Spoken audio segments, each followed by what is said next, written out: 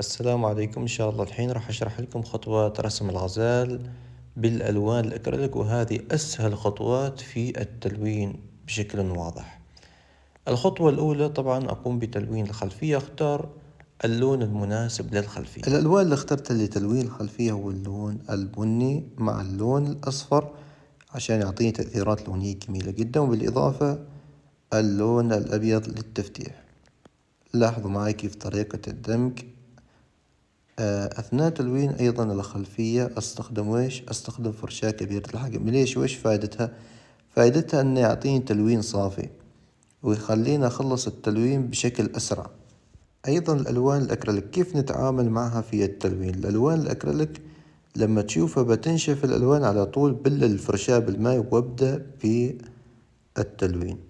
لما تشوف الألوان بدأت تنشف عنك على طول، بل الفرشاة بالماء، وكذا راح تسيطر على التلوين والدمج بشكل واضح.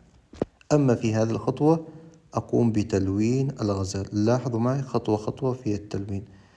الحين لما أريد درجة غامقة أدمج اللون الأزرق مع اللون البني يعطيني درجة غامقة، وهذا يعطيني تأثيرات لونية جميلة جدا. ما ممكن أني أروح أستخدم لون أسود جاهز، لا، ما يعطيني تأثيرات حلوة. طبعا البعض يقول أنت تدمج باللون الأزرق مع اللون البني يعطيك درجة سواد أكثر، ليش ما تستخدم لون أسود جاهز؟ لأن اللون الأسود إذا استخدمته جاهز راح يعطيني أسود غامق، وأنا ما أريد هذا الشيء. أريد يكون في لمسات من نوع أنه يكون في تأثيرات، كأن في لون بني، كأن في لون أغمق من البني، فهذا الشيء يعطيني تأثيرات لونية جميلة جدا. أما في هذه الخطوة اخترت الفرشاة المناسبة للتلوين. اخترت هذه الفرشاة، شفتها مناسبة للتلوين واخترتها. لازم تكون الفرشاة ناعمة عشان يعطينا التلوين صافي. في هذه الخطوة أقوم بتلوين الأماكن بالدرجة الغامقة. بعدين أبدأ في الخطوة الثانية بالتفتيح والتأثيرات اللونية. الألوان اللي الحين جالس استخدمها هو اللون الأصفر مع اللون البرتقالي مع اللون البني، بالإضافة إلى اللون الأبيض إذا بغيت أفتح بعض الأماكن. أيضا موجود معنا هو اللون الأزرق. وإيش فائدة الحين اللون الأزرق؟ إذا بغيت أغمق من درجة اللون البني أدمج الأزرق مع البني يعطيني درجة بني غامق. الحين بخليكم تتابعوا الفيديو إلى النهاية أثناء التلوين الغزال بشكل كامل مع التفاصيل.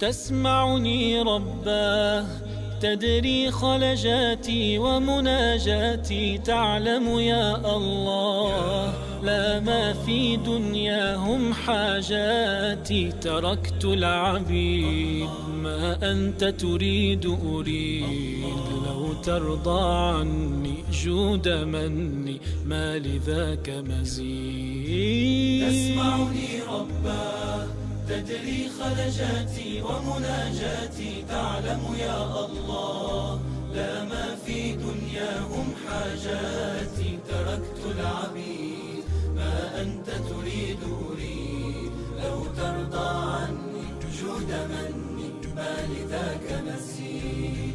وصلا فيك أرجو رب العالمين، أفلح من سينجو بالحب اليقين. يعيش الحياة بنهج قويم، يسير الصراط بنور عظيم، بقرب نعيم.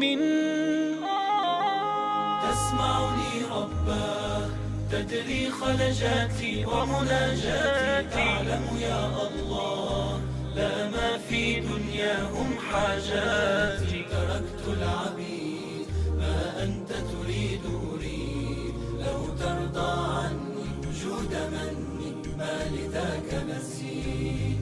يا الله، يا الله، يا الله.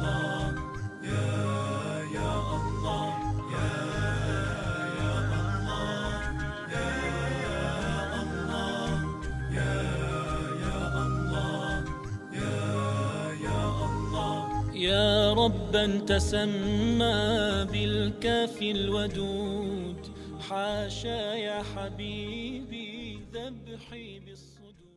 مرحبا، عدنا إليكم من جديد. هذه آخر خطوة في تلوين تفاصيل الغزال باستخدام فرشاة صغيرة الحجم. نضيف بعض اللمسات واللمعات البسيطة. آويت فيه فمن ذا شبيه، الزم حبل الله، من يستمسك يعصمه الله، من يطلب مولاه لا يأنس لا يرضى بسواه، قريب قريب والشارد عنه غريب، ناداك حبيبي. هذه آخر خطوات في تلوين تفاصيل الأرضية. يقوم بتلوين الصخور باستخدام فرشاة صغيرة الحجم. عسى من الجميع قد استفادوا في درسنا اليوم. إن شاء الله الأيام القادمة راح نذكر دروس أخرى بإذن الله. تابعوني في الحلقة القادمة. كل التوفيق والنجاح لكم دوما إن شاء الله. لو ترضى عني جود مني ما لذاك مزيد، أدعوك إلهي